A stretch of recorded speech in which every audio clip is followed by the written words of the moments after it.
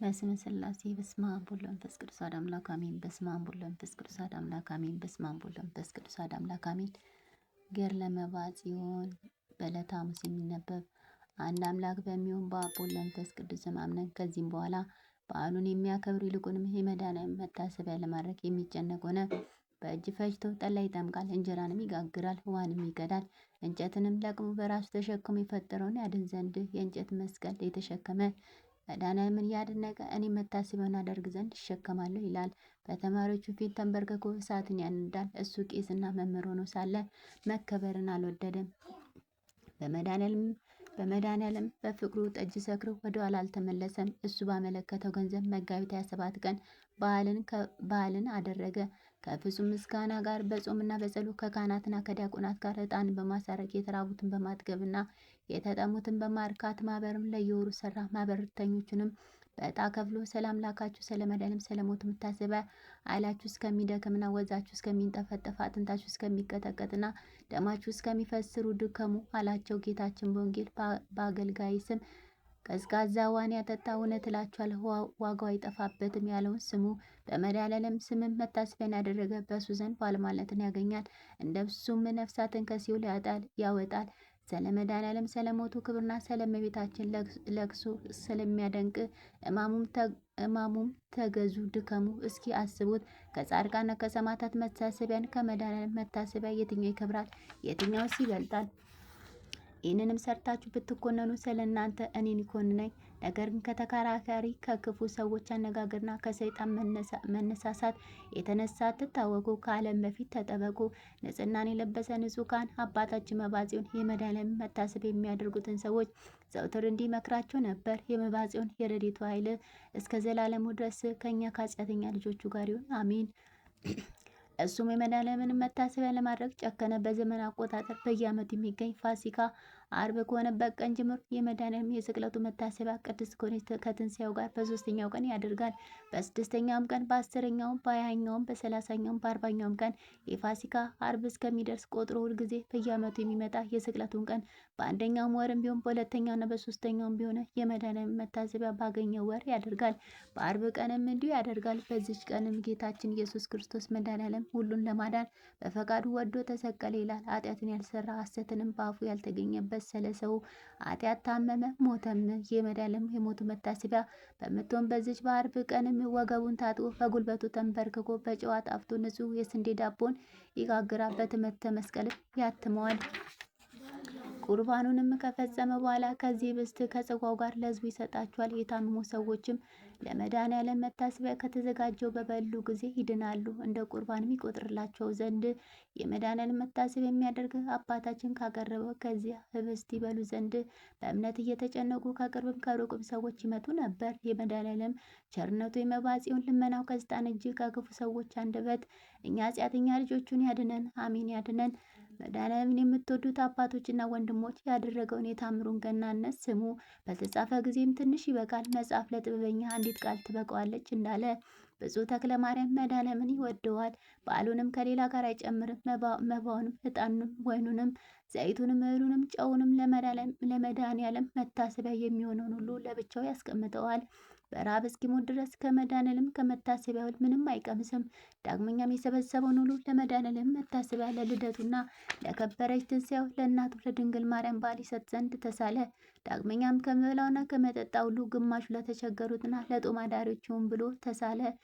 ለንጉሱ ከሚገዛቸው ሀገሮች እጅ መንሻ አስራቱን እንዲሰጡት ሁሉ እኔም ለንጉሴና ለፈጣሪ ለመድኃኒዓለም እሰጣለሁ። ይህ የመድኃኒዓለም ፈንታ ነው ብሎ ከማዱ ከፍሎ አስቀመጠ። ከቤቱም ሳለ ወደ ሌላ ቦታ ሲሄድም ይህም ቢሆን አስቀድሞ ለነዳያን ሳይሰጥ አይበላም፣ በየዕለቱም አያስታጉልም። መንግሥተ ሰማያት የሚያገባውን የተስፋውን መንገድ እየጠረገ የመድኃኒዓለምን በዓል በቀረበ ጊዜ በጾምና በጸሎት 7 ቀን ይማለላል። ሆዱን ሳያጠግብ ራሱን ሳያስተኛም በፍጹም ለቅሶ ነው እንጂ ምድርን እስኪያርስ ድረስ ከዓይኖቹ እንባውን ያፈሳል። ዳግመኛም በውሃ አይደለ በእንባው እግሩን ያርሳል። ከለቅሶም ብዛት የተነሳ እስኪጠፋ ድረስ ዓይኖቹ ታመሙ። እመቤታችን ማርያም ብርሌ የሚመስል ጽዋን በእጇ ይዛ መጣች። ወዳጄ ተክለ ማርያም ሆይ ስለ ልጄ ፍቅር ለታመሙ ዓይኖችህ መድኃኒትን እሰጥ ዘንድ እነሆ መጣሁ አለችው። በዚያን ጊዜ እንደ ሜሮን ጣቶቿን ከዚያ ጽዋ ነክራ ዓይኖቹን ቀባችው። ከበሽታውም ዳነ፣ እንደ ቀድሞም ሆነ። ከዚያችም ዕለት ጀምሮ ሕመም አላገኘውም። ስለዚህም ነገር ከእሱ ርቃ የምትኖር እመቤታችን ማርያም ዘውትር የምትጎበኛት በአንዲት ሴት ምስክር ሆነች። ከዕለታት በአንድ ቀን ወደ እርሱ መጣ። እመቤታችን ማርያም ለዓይኖች መድኃኒትን ስትኩልህ አየሁ አለችው። እውነትሽን ነው፣ አንቺ እንዳየሽ አየሁ አላት። መድኃኔዓለምንና እናቱ ቅድስት ድንግል ማርያምንም አመሰገናቸው። ከዚህም በኋላ በጾምና በጸሎት ፊቱን በመጽፋት ጀርባውን በጅራፍ በመግረፍ እግዚአብሔርን አገለገለው። ስለዚህም ነገር ከመድኃኔዓለም የኃይልና ረድኤትን ይቀበላል። በተቀደሰች በአርባ ጾምም የመድኃኔዓለምን ግርፋት እያሰበ 100 ጊዜ ሰውነቱን ይገርፋል። ዳግመኛም በሕማማት ከእልፍ የሚበዛ ሰውነቱን ይገርፋል። ከጀርባውም ግርፋት የተነሳ ደሙ ከመሬት እስኪወርድ ድረስ ልቡን አጥቶ ከምድር ላይ ወደቀ። የመድኃኔዓለምንም መከራውን አስቦ እንደሞተ ሆነ። በዚያችም ሰዓት የድንግል ማርያም ልጅ መድኃኔዓለም መጣ። ተክለ ማርያም ተነስ፣ እኔ ቁስልን አድናለሁ አለው። ይህም ብሎ የጀርባውን ቁስል ዳሰሰው። በዚያችም ጊዜ ዳነ። ምንም ሕማም እንዳላገኘው ሆነ። መድኃኔዓለምም አባታችን መባጽዮን በአንተ እጅ ትገድልን እኔ እንኳን የተገደልኩት በአመፀኞች በአይሁድ እጅ ነው አለው። በዚያች ሰዓት ከንፈሮቹን ይዞ አፉን ከፍቶ 3 ጊዜ እፍ አለበት። የከበረ ትንፋሲም ከትንፋስ ጋር ይጨመር፣ ስጋም ከነፍስ ጋር የከበረ ይሁን አለው። አንተ በላዩ እፍ ያለበት የተቀደሰና የከበረ ይሁን አለው። ይህንን ብሎ ሕፃን መድህን ወደ ድንግል እናቱ ታቀፈ። ጡቷንም ጠባ፣ ለእሱም የግራ ጡቷን አጠባው። ብፁዕ ተክለ ማርያም አይቶ ለሰው ፈጽሞ የሚያስደንቅ ነገርን ነገረው። ቅድስት ድንግል ማርያምም ፈገግ አለች። ስለ ልጇ ስለ ፍቅሩ ገናነትም ተደሰተች። የድንግል ማርያም ልጅ መድኃኔዓለም መባጽዮንን ስለ ሕመሜ ታማልና፣ ስለ ሞቴ ሞታልና፣ ስለ ክቡር ደሜም ደምን አፍስሃልና እንደወደድከኝ እኔም እወዳለሁ። ሁልጊዜም ከአንተ አልለይም። አንተ ነው የወደደ እኔን ወደደ፣ አንተንም የጠላ እኔን ጠላ፣ የላከኝንም ጠላ። እኔን እንደጠሉኝ እንደ አይሁድ እንደነርሱ ይሁኑ። ነፍስ ከስጋ ተለይታ በምትወጣበት ቀንም ለሌላ አልሰጣትም፣ እኔ እቀበላታለሁ እንጂ። ወደ አንተም የደረሰ ሁሉ ወደ ቤተ ክርስቲያን የመጣ በአንተም የተማጸነ በእጅም የተባረከ የሩቁንም የቅርቡንም ሰው እምርልሃለሁ። እኔ ኢየሱስ መድኃኔዓለም በእኔና በእናቴ በማርያም በማይታበል ቃል ኪዳን ሰጠው፣ መሐላዬንም አላጓድልብም። አባታችን መባጽዮን ይህን ሰምቶ ፈጽሞ ተደሰተ። ያለ ቸርነቱ በቀር በጎ ስራ ስለሌለኝ ለእኔ ለኃጢአተኛው ይህን ሁሉ ስላደረገልኝ ለእግዚአብሔር ምን እከፍለዋለሁ አለ። ነገር ግን እስከ ዘላለም ድረስ ስሙ የተባረከ ይሁን።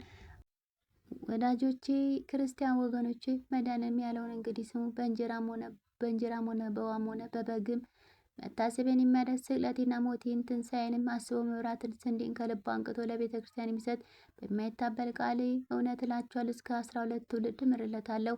አባቱና እናቱን ዘመዶችን ወደ ላይ እስከ 19 ትውልድ እምርለታለሁ ያለውን ስሙ። ዳግመኛም ይህን መታሰቢያ የሚያደርግ እህልን ቢያጣ ያበደረውና በችሎታ የተራዳው እንጨትና እህል ውሃንም የሰጠው እስከ 7 ትውልድ እምርለታለሁ። ሁሉም በእምነት ይድናል። ያለ እምነት ግን ከነቢያትና ከሐዋርያት ከጻድቃንና ከሰማዕታት ከቅዱሳንም ሁሉ የዳነ የለም። በወልድ ያመነ የዘላለም ሕይወት አለው።